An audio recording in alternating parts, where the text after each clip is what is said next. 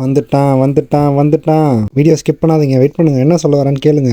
நம்ம ஊருக்கு சைக்ளோன் உருவாயிருக்கு. நம்ம சந்தன முல்லை வச்சிருக்கோம். இது வந்து சந்தன முல்லை செடி. அது இல்லாமல் புயல் ரொம்ப காற்று அதிகமாக இருக்கிறதுனால என்ன ஆகிடும்னா அது பறந்து பக்கத்து வீட்லையோ இல்லை கீழே சரிஞ்சு விழுந்துடும். அதனாலேயே முன்னாடியே வந்து இலையெல்லாம் வந்து கட் பண்ணிடணும். இலையெல்லாம் கட் பண்ணி, அது பேர் ட்ரிம்மிங் சொல்லுவாங்க இங்கிலீஷில், தமிழில் கவாத்துன்னு சொல்லுவாங்க. இந்த மாதிரி இலையெல்லாம் கட் பண்ணி விட்டீங்க, கிளையெல்லாம் கட் பண்ணிட்டீங்கன்னா அடுத்து பூ வைக்குமா, இலையெல்லாம் வருமானா கண்டிப்பாக வரும். பாருங்களேன் எப்படி நான் வந்து எல்லா இலையும் எடுத்தாச்சு, எல்லா கிளையும் எடுத்துட்டேன், கொஞ்சம் இலை மட்டும் வச்சிருக்கேன். ஏன்னா அது கொஞ்சம் நியூட்ரிஷன் வந்து எடுத்து அடுத்து க்ரோ ஆகணுன்ட்டு வச்சிருக்கேன். இதில் வந்து நம்ம அடுத்து பூலாம் எடுக்க முடியாது, கொஞ்சம் லேட்டாக தான் நம்ம எடுக்க முடியும். மழை சீசன் வேற, மலையில் உட்காந்து யாரும் பூ பறிக்க மாட்டாங்களே, அதனால மழை சீசன் முடிஞ்சு வின்டர் சீசன் ஆரம்பிச்சோன்னே பூலாம் பறிக்கலாம். இந்த சந்தன முன்னை வந்து ஒரு 5 வருஷமா வச்சிருக்கோம். பழைய வீடியோ நீங்கள் பார்க்கணுன்னா நான் லிங்க் தரேன், நீங்கள் போய் பாருங்கள். லிங்க் வந்து கமெண்ட்டில் இருக்குது பாருங்கள். மறக்காமல் சப்ஸ்கிரைப் பண்ணிட்டு போங்க.